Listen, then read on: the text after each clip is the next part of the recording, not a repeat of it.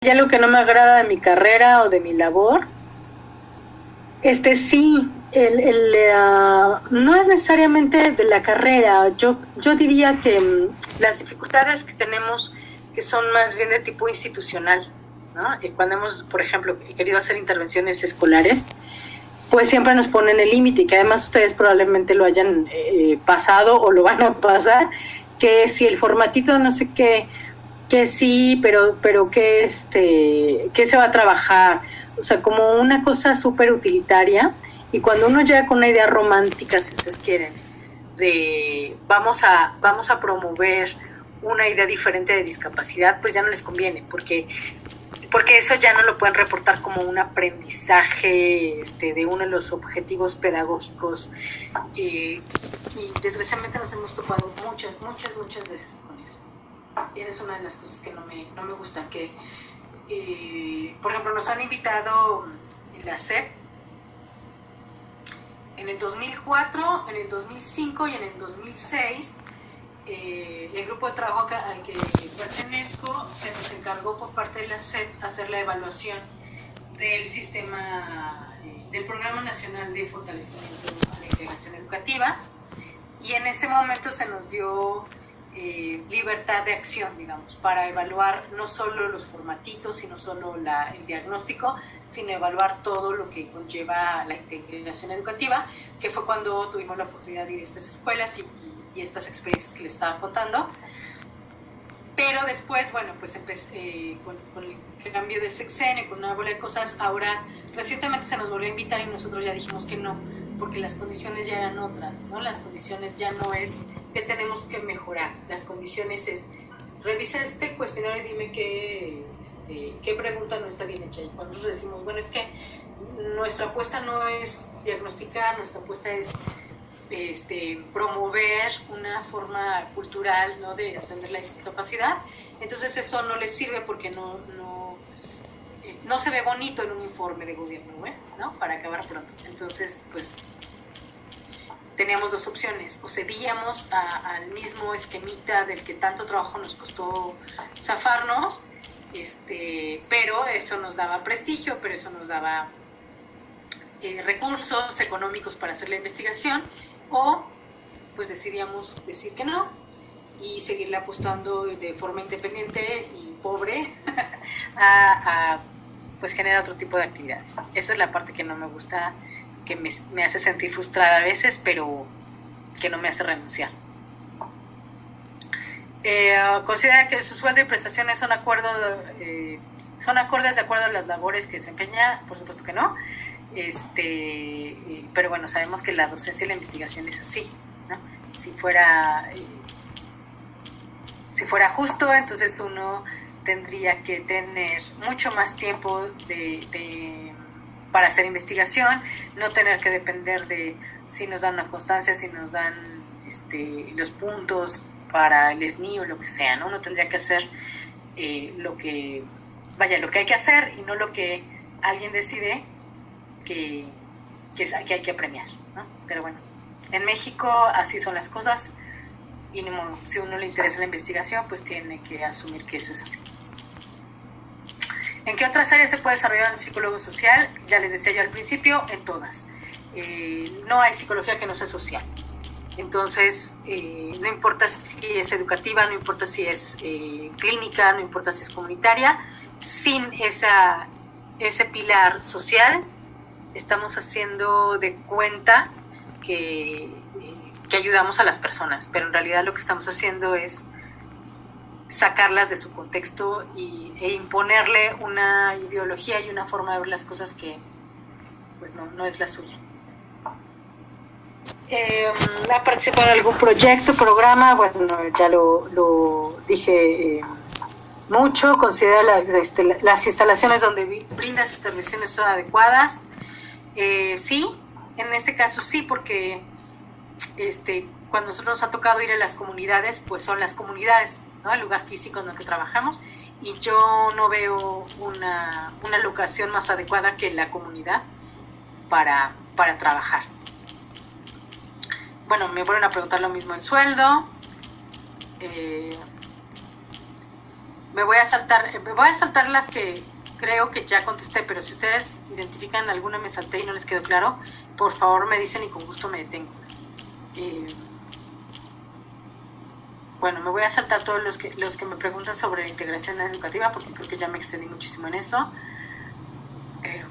Es difícil la integración con personas con discapacidad, es muy, muy difícil, porque uno siempre tiene ganas de caer otra vez en este asunto de, no, pero yo sí oigo y tú no, entonces, tú tienes que darte a entender, yo no.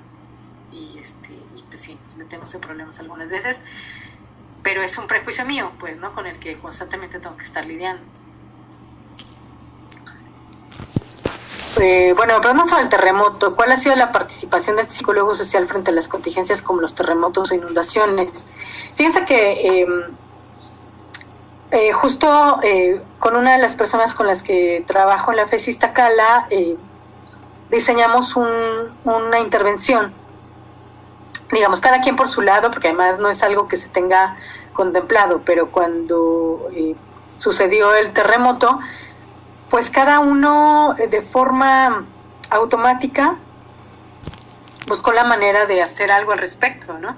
Entonces hubo quienes estuvimos apoyando en los lugares donde se habían caído edificios, hubo otros que estuvimos en centros de acopio, hubo otros que estuvimos buscando hacer redes, ¿no?, de apoyo para atender vía telefónica o presencialmente a personas en estado de shock y demás.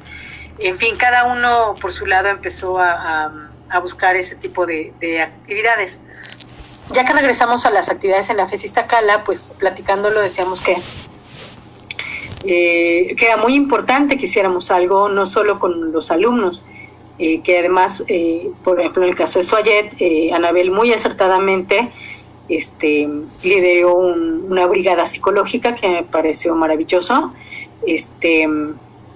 para la atención de nuestros alumnos, pero también nos preocupaba la atención de los brigadistas, ¿no? Porque también ellos entraron en un desgaste tremendo, también ellos se vieron afectados, y la ayuda, de la misma manera que la gente llegaba con tortas y llegaba con comida para los brigadistas, no necesariamente para los afectados, sino también para los brigadistas, pues nosotros consideramos que era importante que también tuvieran la atención psicológica los brigadistas. Entonces diseñamos una serie de talleres. Se tuvo que hacer presencial, ¿no? Porque porque las condiciones era lo que teníamos en el momento, y para que pudiéramos trabajarlo con los brigadistas, ¿no? Que se pudiera hacer una elaboración de la experiencia que les ayudara, pues no a olvidarla, pero sí a darle un significado, digamos, que les pudiera llevar a un estado de más tranquilidad. Porque nos contaban historias como que, por ejemplo, brigadistas que son alumnos de la FES Iztacala nos contaban que no querían entrar a su salón, por ejemplo, ¿no? Cuando regresaban las actividades, les pedían a los profesores que dieran clase en la jardinera o que dieran clase en otro lado que no fuera el salón, porque les daba mucho miedo entrar a los salones, habiendo sido brigadistas, ¿no? Entonces, pues a eso nos alertó de que no importa que haya sido brigadista, que haya salido a ayudar, eso no significa que a ti no te haya afectado. Entonces, pues hicimos esos talleres. Vamos a empezar otro el lunes, por si a alguien también le interesa participar, adelante, ¿no? Vamos a estar el lunes haciendo otro taller, ¿no? Y va a haber otros más, porque afortunadamente hay mucha demanda. Entonces, pero además el otro costado del asunto es que efectivamente, que tiene que ver con otras preguntas que me hacen más adelante, efectivamente, pues parece que es un punto ciego en la formación del psicólogo. Vivimos en un país, hablando de lo social, ¿no?, y de lo cultural, y también, ¿por qué no?, de lo geográfico, vivimos en un país propenso a desastres naturales. No solo terremotos, huracanes, volcanes, lo que me digan, pues, ¿no? Estamos en un país en donde constantemente y cada vez más enfrentamos contingencias de este tipo. y con todo lo que ello implica psicológicamente. Y por alguna razón, a pesar de que lo sabemos, es algo que no se plantea en los planes de estudio, de aprender a hacer intervención en este tipo de desastres o de crisis. Y entonces, claro, eso nos alertó también en que tenemos que incluir en la currícula para que por lo menos los alumnos de SOAYET tengan, si no una especialidad, sí por lo menos el conocimiento y las habilidades que se requieren para hacer intervenciones en este tipo. Yo creo que en cualquier comunidad, pero especialmente en las comunidades que más se vieron afectadas, algo que, digamos, se necesitaban muchísimas cosas, pero algo que hubiera hecho mucha diferencia es que un psicólogo hubiera podido intervenir comunitariamente, ¿no? Hacer grupos de reflexión, hacer talleres de resignificación, hacer este tipo de cosas, pues si no en el momento, sí con pocas horas después, pues, ¿no? Y no hasta ahora que empiezan a salir los efectos y entonces ahora a ver quién puede, quién está en esa disposición y quizá muchos de nuestros recién egresados pues no lo quieren hacer, no porque sean unas malas personas, sino porque su formación no se los permite, porque sienten miedo, porque nunca nadie les dijo cómo se podrían hacer, ¿no? Entonces sí creo que es algo que, y además, no solo la UNAM, ¿no? Creo que todas las universidades tenemos que escuchar eso y tenemos que asumirlo como parte de la formación. ¿Hasta aquí vamos bien? ¿Quieren hacer algún comentario?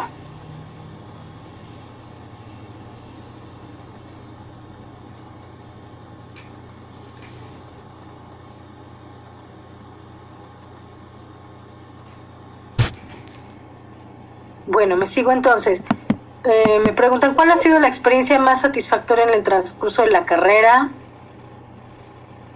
La misma, o sea, así como fue frustrante el toparme muchas veces con pared en las instituciones, igual de gratificante es haber seguido, pues, ¿no? En esa línea. Perdón, escuché la voz de alguien. ¿Querían decir algo?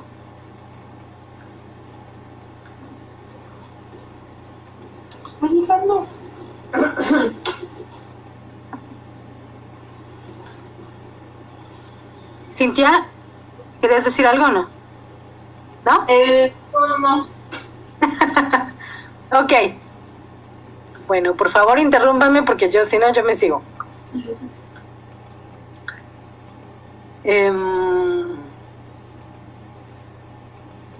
Me preguntan acá, dentro de su labor, ¿ha notado cambios significativos en los grupos con los que ha realizado intervenciones? Honestamente, lo primero que me pregunto es ¿quiénes son esos grupos que están siendo intervenidos? Es decir, ¿son los sordos? En la experiencia que les contaba, ¿son los sordos o somos el equipo de investigadores? Creo que ahí son dos grupos que están siendo intervenidos. Y por lo menos les puedo decir de la parte del equipo de investigación que sí hemos notado cambios significativos en la forma en la que nos aproximamos al mundo de la discapacidad. Sí, nos han hecho todo el tiempo cuestionarnos si estamos seguros que la discapacidad está en donde nos dicen los libros que está, si estamos seguros que es la única manera de entender la sordera o la ceguera, etcétera. Entonces, por lo menos de este lado sí. Y del lado de las personas con discapacidad, yo pienso que también, no en todos lados, no siempre, pero también ellos han aprendido a veces a ser más tolerantes con nosotros, porque también son bastante intolerantes. Entonces, en una condición de discriminación, una estrategia de defensa, digamos, es regresar la misma discriminación, ¿no? Entonces, en alguna ocasión que fuimos a una obra de teatro sorda, me refiero al teatro sordo, pues nosotros supusimos que iba a haber un intérprete, ¿no? Y entonces que pues, nos iban a explicar qué es lo que estaban haciendo, y no fue así. Empezó la obra en lengua de señas y ninguno de nosotros sabía la lengua de señas, y entonces pues nos quedamos impactados y no estoy entendiendo nada, no sé qué está pasando, y me estoy sintiendo agredida porque no les importa si yo entiendo o no entiendo. Y después, bueno, ya hablando con ellos, pues sí, esa es una gran lección, ¿no? Que nos llevamos de por qué nosotros tenemos que, ustedes son los que vienen a ver teatro de sordos, ¿no? Porque entonces ustedes aprendan lengua de señas si quieren entender de qué va la obra, ¿no? Y también al final, bueno, fue como de, bueno, sí, es cierto, nosotros también, ¿no? Ellos decían, nosotros también tenemos que ser mucho más tolerantes con la gente oyente. Bueno, eso es como una de las experiencias, muchas, ¿no? Que creo que me ha impactado mucho en todos estos años.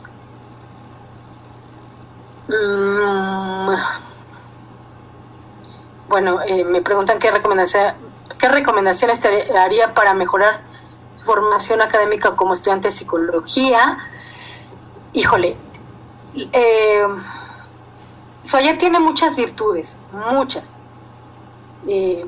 Algo que yo siempre presumo de Suayet es que Suayet, por la forma en la que está construido, es un sistema que es por naturaleza incluyente. O sea, no importa si estás en el DF, no importa si estás en Oaxaca, no importa si estás en Baja California, no importa si estás en Londres, no importa si estás en Nueva York, no importa si estás en la sierra o estás en la playa no importa en dónde estés, el sistema está construido para que puedas acceder a la universidad. Y eso de entrada es algo incluyente. Y esa es la gran bandera, y creo que es algo que todos tenemos que presumir. Ahora, en el camino que pasa, bueno, hay varios fenómenos que sería interesante estudiar, ¿no? Como el individualismo. A mí me sorprende mucho que generación tras generación tras generación, nuestros alumnos siguen viendo el trabajo en equipo como un castigo. Entonces casi es como de, ándele, sí me voy a portar bien y déjeme trabajar individualmente. Ese tipo de cosas a mí sí me saca un poco de ronchas, porque pues no se trata de formar psicólogos que trabajen individualmente, se trata de formar psicólogos que trabajen multidisciplinariamente, es decir, van a trabajar con gente con la que no van a estar de acuerdo, ni teórica ni prácticamente, van a trabajar con gente a la que no les van a caer bien y ustedes tampoco a ellos, y pues mejor que se descalabren en esas cosas en la carrera que en el ámbito laboral.